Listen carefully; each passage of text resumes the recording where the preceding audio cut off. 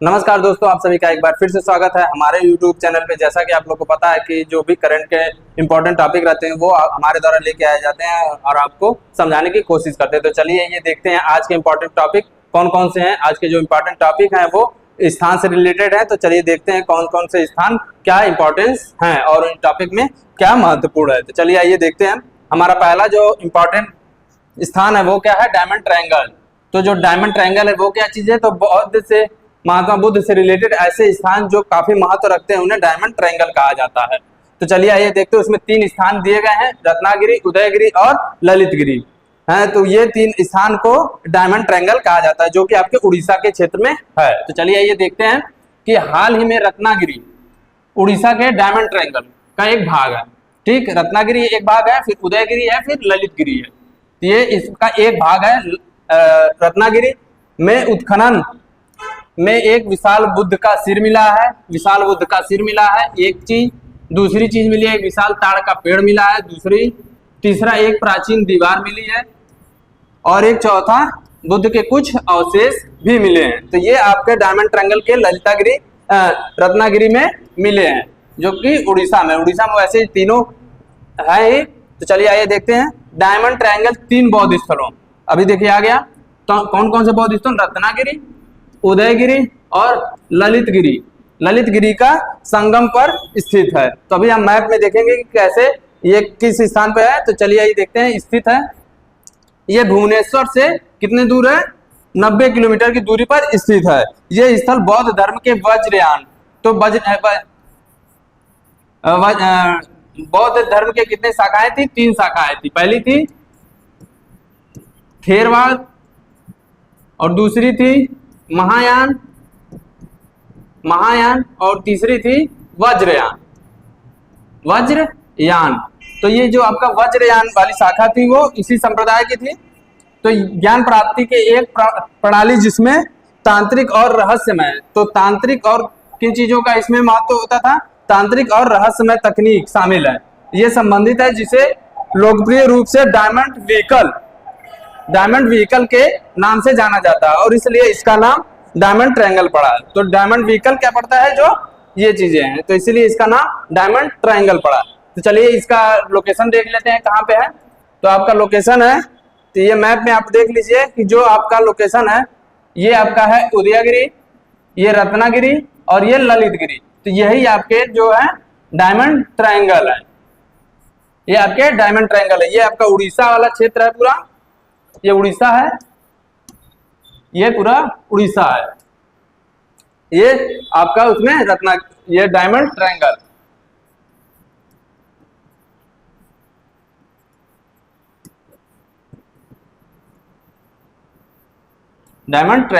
चलिए अगला देखते हैं क्या है।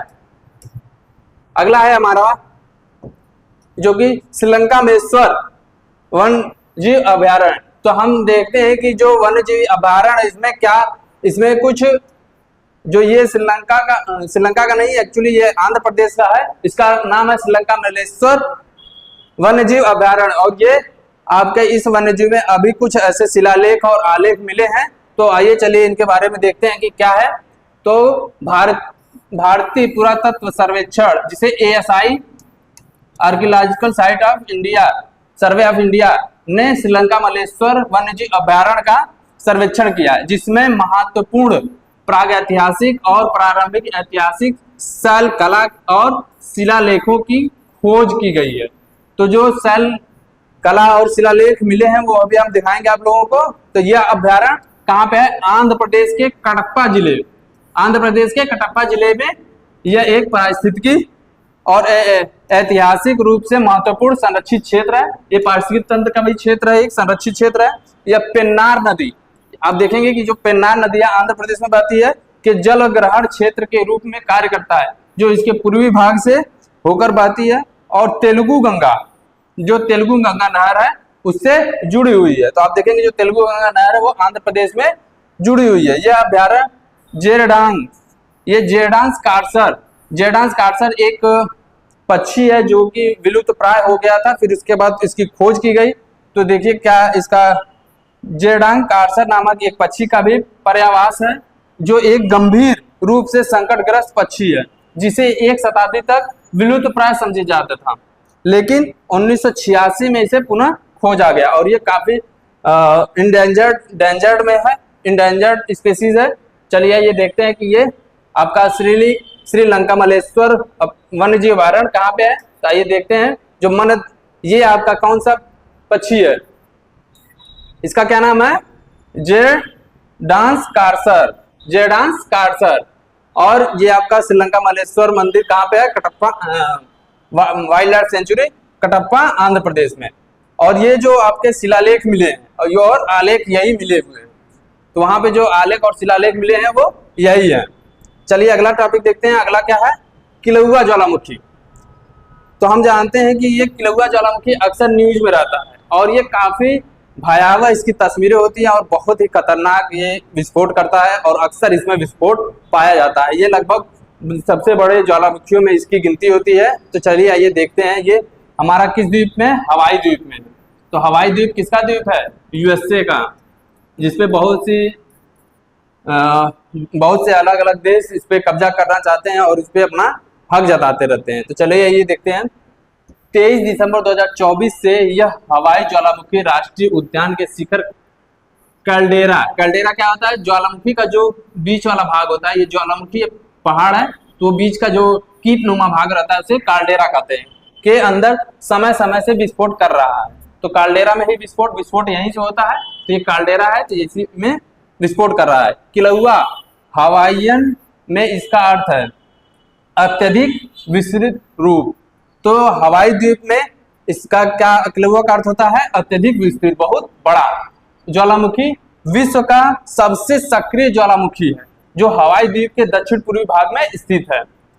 ज्वालामुखी का 4090 फुट यानी 1250 मीटर शिखर ढहकर एक कैल्डेरा अवसाद बन गया है, जो एक विस्तृत उथला गड्ढा जो लगभग 3 मील लगभग 5 किलोमीटर लंबा और 2 मील यानी 3.2 किलोमीटर चौड़ा है और जिसका क्षेत्रफल 4 वर्ग मील या 10 वर्ग किलोमीटर से अधिक है। किलौआ की ढलानें पश्चिमी और उत्तर में निकटवर्ती मौना लोआ, जो ये मौना लोआ ज्वालामुखी है, ये भी बहुत ही बड़ा ज्वालामुखी है और से मिलती है। तो ये बहुत ही बड़ा ज्वालामुखी है जो मौना लोआ ज्वालामुखी है। पहले किलौआ ज्वालामुखी बहुत बड़ा था, सबसे बड़ा था, अब मौना लोआ ज्वालामुखी सबसे बड़ा हो गया है। तो चलिए आइए देखते हैं, इसके दृश्य देखते हैं कैसे है ये। चलिए आइए देखते हैं। ये देखिए, ये है आपका किलौआ ज्वालामुखी। ये देखिए भयंकर रूप, ये आपका कैल्डेरा इसका है और ये देखिए ये पूरा एकदम निकल के गया हुआ है। और ये कहाँ पे है हम देखेंगे अगर यूएसए के परिप्रेक्ष्य में, तो ये आपका यूएसए है और इसी से थोड़ी सी दूर पे आपका इसके दक्षिण पश्चिम में या फिर बोल सकते हैं कि पश्चिम में आपका हवाई द्वीप है। तो चलिए ये अगला देखते हैं क्या हमारा टॉपिक है। अगला होंडुरास सारा तूफान। तो हम देखते हैं कि जो मैक्सिको की खाड़ी है या फिर जो जिसका नाम ट्रंप ने अभी नाम चेंज करने के लिए कहा है कि उसका नाम अब मैक्सिको की खाड़ी नहीं, उसका नाम अब अमेरिका की खाड़ी रखा जाएगा। तो वहीं पे ये होंडुरास आपका एक देश है जो सेंट्रल अमेरिका में आता है और वहीं पे एक तूफान आया है सारा तूफान, जिससे काफी ज्यादा नुकसान हुए हैं। तो चलिए आइए देख लेते हैं। भारत ने होंडुरास में उष्णकटिबंधीय तूफान, उष्णकटिबंधीय 2 टाइप के तूफान होते हैं, एक उष्णकटिबंधीय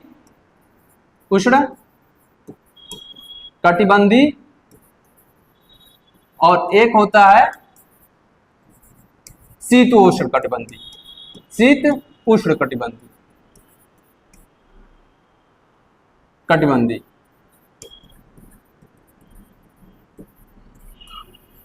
ठीक।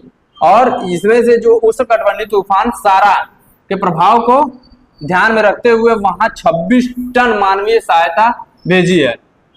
तो कितनी मानवीय सहायता भेजी है, 26 टन। होंडुरास मध्य अमेरिका, सेंट्रल अमेरिका का एक देश है जो पश्चिम में ग्वाटेमाला, जो इसके पश्चिम में ग्वाटेमाला और अल सल्वाडोर तथा दक्षिण और पूर्व में निकारागुआ के मध्य स्थित है। कैरेबियाई सागर, यहाँ पे मैक्सिको की खाड़ी भी है और कैरेबियाई सागर है, इसके उत्तर तट से सटा हुआ है और जबकि प्रशांत महासागर इसके दक्षिणी संकीर्ण तट पर स्थित है। तो अभी हम मैप में देखेंगे कि कहाँ पे ये है और यहाँ पे क्या है। इसके क्षेत्र में बे द्वीप समूह का अपतटीय कैरिबियाई विभाग शामिल है। इसकी राजधानी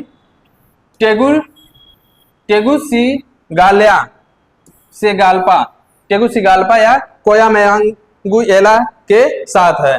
चलिए देखते हैं कि ये देश कहाँ पे है, होंडुरास। चलिए ये देखते हैं। तो ये आपका जो है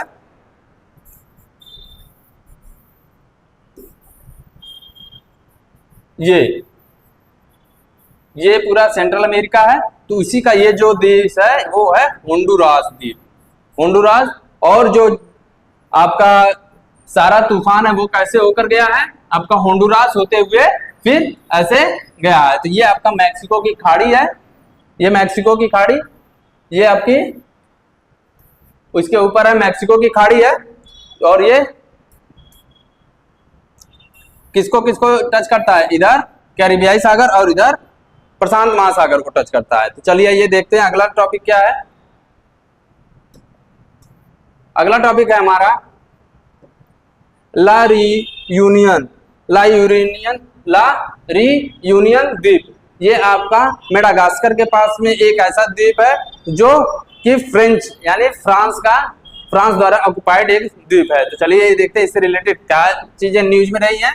तो आप देखते हैं कि चक्रवात गारेंस के ला रियूनियन द्वीप पर आने से कम 4 लोगों की मृत्यु हो गई है। तो जो गारेंस चक्रवात है ये भी क्या होगा, उष्णकटिबंधीय चक्रवात होंगे। रियूनियन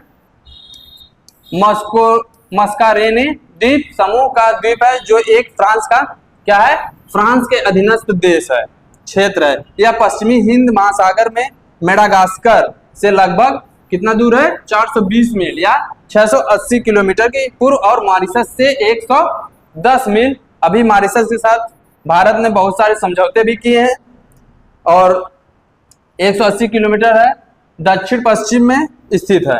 इसकी राजधानी सेंट डेनिस है जो उत्तरी तट पर स्थित है। पिटोन डे ला फोरनेज विश्व के सबसे सक्रिय ज्वालामुखियों में से एक है। तो इसी पे एक ज्वालामुखी है जो सबसे सक्रिय ज्वालामुखियों में से एक है। तो इसको मैप में देख लेते हैं कहाँ पे है ये मैप में। तो ये देखिए, ये आपका अफ्रीका, ये अफ्रीका है, ये अफ्रीका, ये आपका मेडागास्कर, ठीक। और यहीं पे आपका है ला रियूनियन द्वीप। ये आपका, ये किसके द्वारा है, फ्रेंच द्वारा ऑक्युपाइड या फिर इस पे राज किया जाता है, अभी भी ये फ्रेंच का ही है। तो ये हमारा जो टॉपिक है मैप में हम देख चुके हैं। चलिए आइए अगला देखते हैं। अगला क्या है, मन्नार की खाड़ी। तो मन्नार की खाड़ी के बारे में भी कुछ चीजें जो है टॉपिक में रही है, न्यूज में रही है। तो भारत ने और रिलेटेड होने वाले जो एग्जाम है उसमें आने की संभावना बहुत ज्यादा है। तो जो एग्जाम अभी होने वाले हैं उसमें आने की संभावना मन्नार की खाड़ी से बहुत ज्यादा है, क्योंकि ये हमारा एक बायोडाइवर्सिटी का क्षेत्र भी आता है मन्नार की खाड़ी। तो आइए चलिए देखते हैं क्या इसमें हाल ही में पेट्रोलियम एवं प्राकृतिक गैस मंत्रालय ने ओपन एकरेंज लाइसेंसिंग नीति के एक 10वें दौर के अंतर्गत हाइड्रोकार्बन अन्वेषण के लिए मन्नार की खाड़ी में एक गहरे समुद्री क्षेत्र का चयन किया है, जो कि भारत के लिए बहुत ही अच्छी खबर है। मन्नार की खाड़ी एक विस्तृत उथली खाड़ी है जो हिंद महासागर में स्थित विशाल लक्षद्वीप सागर का एक हिस्सा है। यह भारत के दक्षिण पूर्वी भाग और श्रीलंका के पश्चिमी तट के बीच कोरोमंडल तट में स्थित है। ये किस तट में है, कोरोमंडल तट में। 1989 में समुद्री बायोस्फीयर रिजर्व, ये क्या है, बायोस्फीयर रिजर्व है, दक्षिण और दक्षिण पूर्वी एशिया में पहला समुद्री बायोस्फीयर रिजर्व था। ये कौन सा पहला समुद्री बायोस्फीयर रिजर्व था के रूप में नामित किया गया था। वीओ चिदम्बरनार बंदरगाह, जिसे पहले तुतीकोरिन बंदरगाह कहा जाता था, तमिलनाडु का दूसरा सबसे बड़ा बंदरगाह है, भारत का चौथा सबसे बड़ा कंटेनर टर्मिनल है। यह खाड़ी अपने मोती भंडार, यहाँ पे क्या होते हैं, मोती भंडार बहुत पाए जाते हैं, और पश्चिमी और पवित्र चंक क्या होता है, एक मोलस्का है जिसका नाम पवित्र चंक बोला जाता है, एक गैस्ट्रोपॉड मोलस्का के लिए प्रसिद्ध है। तो ये किसके लिए प्रसिद्ध है, एक चंक के लिए प्रसिद्ध है। चलिए देखते हैं कहाँ पे है ये। तो ये हमारा भारत है, भारत की जो मेन भूमि है वो ये है।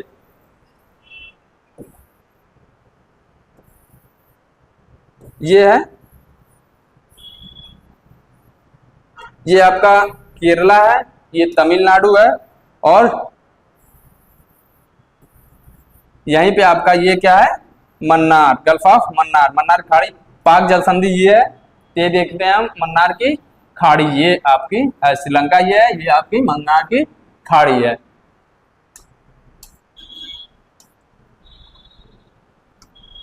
तो ये थे आज के जो इम्पोर्टेंट टॉपिक या इम्पोर्टेंट जो स्थान रहे हैं न्यूज में वो। चलिए, तो इसी तरह हमारे यूट्यूब चैनल में बने रहिए। धन्यवाद।